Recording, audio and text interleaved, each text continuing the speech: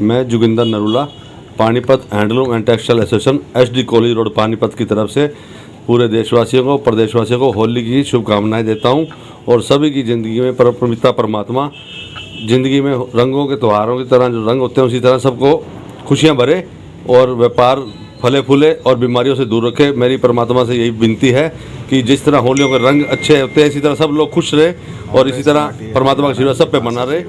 धन्यवाद। सुशील लूथरा की ओर से सभी देशवासियों को होली की हार्दिक शुभकामनाएं।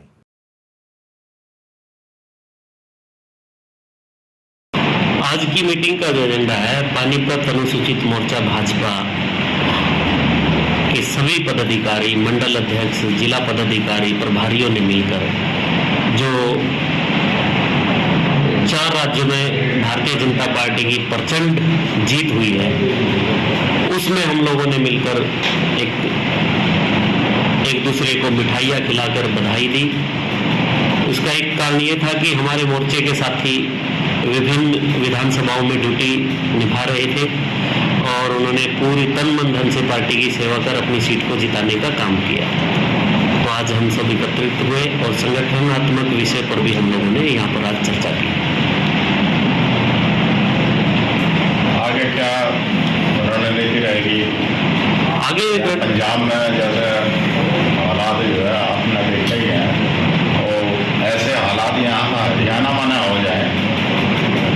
हरियाणा में विकास पुरुष माननीय मनोहर लाल खट्टर जी और केंद्र में माननीय नरेंद्र मोदी जी की जो जनहितैषी योजनाएं हैं उनको जन जन तक पहुंचाने का काम अनुसूचित मोर्चे का प्रत्येक कार्यकर्ता करेगा।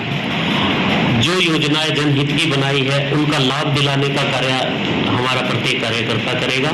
ऐसे हालात हरियाणा प्रदेश में कभी नहीं बनेंगे और हम लोग यहाँ पर जो सुशासन की व्यवस्था सरकार ने की है उसका लाभ प्रत्येक व्यक्ति को दिलाएंगे और दोबारा से हम यहाँ पर पूर्ण बहुमत से सरकार भी बनाएंगे।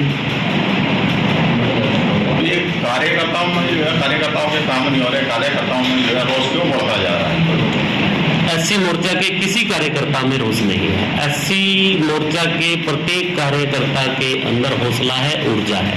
आप देख रहे होंगे कि प्रत्येक कार्यकर्ता बड़ी ऊर्जा के साथ उत्तर प्रदेश, उत्तराखंड जैसे राज्यों में ड्यूटी निभाकर आज यहाँ पर आए हैं और अपने अपने जो अनुभव है यहाँ आपके सामने सबने साझा किए और प्रत्येक कार्यकर्ता अपनी विधानसभा को जिता कर आया है।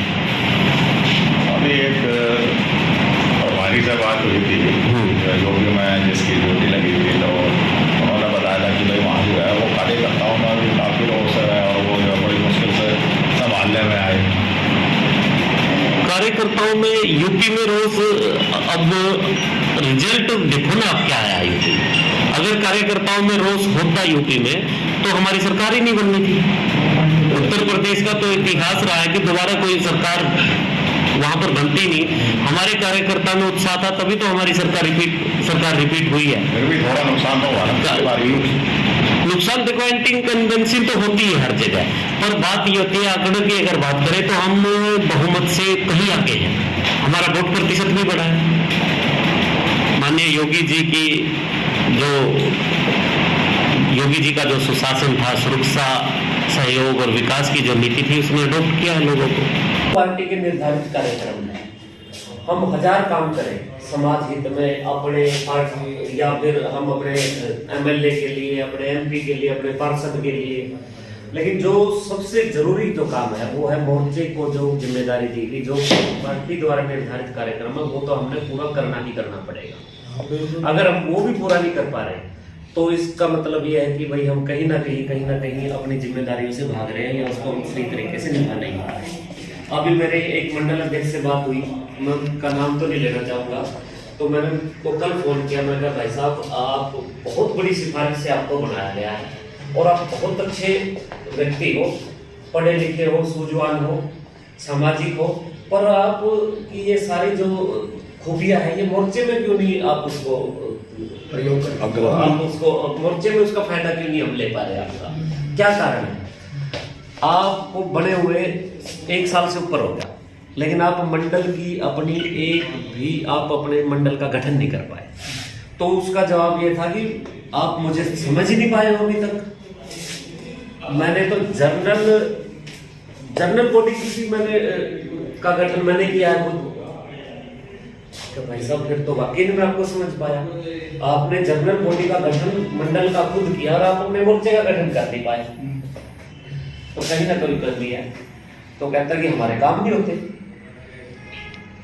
काम नहीं होते, ठीक है काम नहीं होते, ये शिकायत हो सका है, इस पर हम विचार कर सका है, विमर्श कर सका, पर इसका मतलब ये नहीं है ना कि आपका काम नहीं होता तो आप अपने मोर्चे का जो आपको जिम्मेदारी पार्टी ने दी उसी पे काम नहीं करोगे।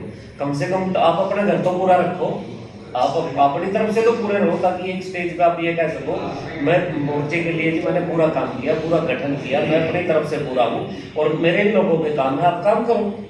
एक से आप दो हुए थी और काम आप पूरे उसका उठा पा रहे, संगठन की नजर में तो आप जीरो हो। तो महाराज जिस आदमी ने आपकी सिफारिश की है उसको जाके बोलते मैंने आपको हटा दिया, कर मैं दबाव में काम नहीं करूंगा, मगर मैं आपके साथ ही काम नहीं करूंगा। और आप आज से मंडल अध्यक्ष हो ही नहीं।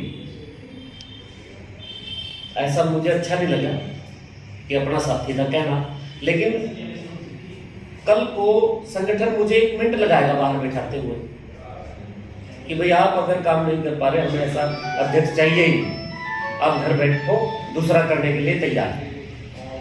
तो कहीं ना कहीं देखो, आप लोगों से मैं विनती करूंगा कि पार्टी का काम सर्वोपरि है। हमारे काम नहीं हो रहे कोई बात नहीं, हम प्रयास करके करवा तो सकते हैं, एक दूसरे के साथ मिल के जुल के कहीं ना कहीं कह के। बहुत सारे ऐसे काम है मेरे भी नहीं हो पाते, बहुत सारे ऐसे काम है कि हम हो भी जाते हैं, पर हम अपना घर मजबूत करके चलेंगे, अपने आप को मोर्चे को मजबूत करके चलेंगे तो सामने वाले पर हम दबाव प्रेशर डाल सकते हैं। 1 मिनट आप सब अपने अपनी बातें रखेंगे, कुछ निजी बातें पर्सनल बातें